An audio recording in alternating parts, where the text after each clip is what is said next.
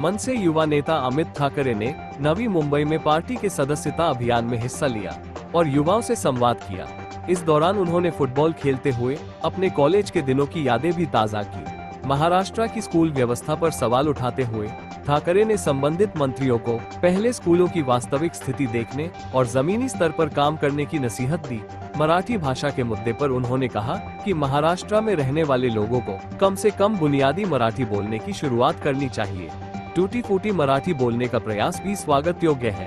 वहीं विद्यार्थियों में बढ़ते ड्रग्स के खतरे को लेकर ठाकरे ने सरकार और पुलिस व्यवस्था पर सवाल उठाए। उन्होंने दावा किया कि पुलिस को प्रभावी कार्रवाई की पूरी स्वतंत्रता मिले तो महाराष्ट्र को ड्रग्स मुक्त बनाने की दिशा में ठोस परिणाम हासिल किए जा सकते हैं।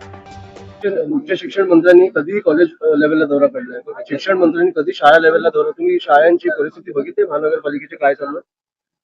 महानगरपालिकेची आपल्या शाळा किती आपले जे महापौर असतील किंवा जे जाऊन बघतात की शाळांची परिस्थिती काय आहे.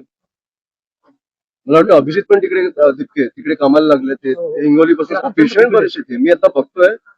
अभिजित काय ते ज्याच्या व्हिडिओज मध्ये टाकतात की इतर शाळांमधनं येऊन मुलींना बसवलं जातं चांगल्या युनिफॉर्म मध्ये की हे आमच्या शाळेत. मी किती खोटं बोलताय तुम्ही आणि कशाला बोलताय? याला किती वेळ लागतो साफ करायला तुम्हाला? सगळे तुमचे वेगवेगळे तुमचे हे आहेत, उच्च शिक्षण मंत्री आहेत, महापौर आहेत, तिकडच्या महानगरपालिका आहेत, जिल्हा परिषद आहेत, जा काम करा ना. हे करतात काय मला कळत नाही. हे बघा खूप लोकांना शिकायचं. आता आजच मी एक आमच्या विद्यार्थी सेनेच्या पेजवर एक व्हिडिओ टाकला. काही भाई आहेत उत्तर प्रदेशवरून आलेत, खूप उत्तम मराठी शिकण्याचा प्रयत्न करतात आणि खूप असं ते खूप क्यूट वाटलं मला ते की खूप गोडपणे ते प्रयत्न करतात. प्रयत्न चालू आहे त्यांचा, ते सगळ्यांना शिकवायचा प्रयत्न करतात. त्याच्यामुळे जिकडे चांगलं आहे तिकडे चांगलं आहे, पण जिकडे तुम्ही आमच्याकडे येऊन बोलाल की आम्ही शिकणारच नाही तिकडे मारच खाणार. हे असं नाही करू शकत. हे तुम्ही गुजरातमध्ये जा, पंजाबमध्ये जा, दक्षिणेत जा, तिकडे जाऊन बोला आम्ही हिंदीत बोलणार किंवा आपण तिकडे जाऊन मराठीत बोलू, ते बोलतील आपल्याशी. मला वाईट वाटतं की आपण इकडे मराठीवर, महाराष्ट्रात मुंबईत मराठीवर एवढं भांडायला का लागतं? आपली भाषा आहे. सरकारने नियम काढलेला की प्रत्येक रिक्षा चालक आणि टॅक्सी चालकांनी बोलायला पाहिजे. बोला ना. तिसऱ्या दिवशी बोलायला चालू केलं पाहिजे. मी त्या दिवशी पण बोललो सर की किती आपल्या कस्टमर आणि टॅक्सीवाल्यांचा किती असा संवाद असतो.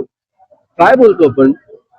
कुठे जायचंय, डावीकडे उजवीकडे, ओटीपी, तुम्हाला आकडे फक्त मराठीत शिकून घ्यायचे. ते जे युपी मधनं मी आज व्हिडिओ टाकला तो बघा, खूप उत्तम ते मराठी शिकण्याचा प्रयत्न करतात आणि त्यांना खरंच त्यांना धन्यवाद. मी त्यांना सगळीकडे प्रयत्न करतोय. मला सांगा, ड्रग्ज हे आपल्या राज्यात येतात कुठून? हे तुम्हाला काय वाटतं? मुख्यमंत्र्यांना माहित नसेल? पोलिसांना माहित नसेल? आजपर्यंत ड्रग्ज इल्लीगल आहेत ना आपल्याकडे, तरी आपण ओपनली बोलतोय की प्रत्येक कॉलेजमध्ये आता पिल्लाई कॉलेज, त्या प्राध्यापकांना वगैरे माहित नव्हतं, पण तिकडच्या 5च्या बिल्डिंग मध्ये हे सगळं चालू आहे.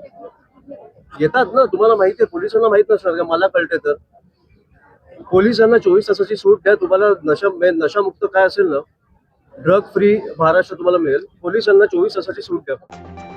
वीडियो जर्नलिस्ट अथर्व के साथ फोरम जोशी की रिपोर्ट, जनता न्यूज, नवी मुंबई।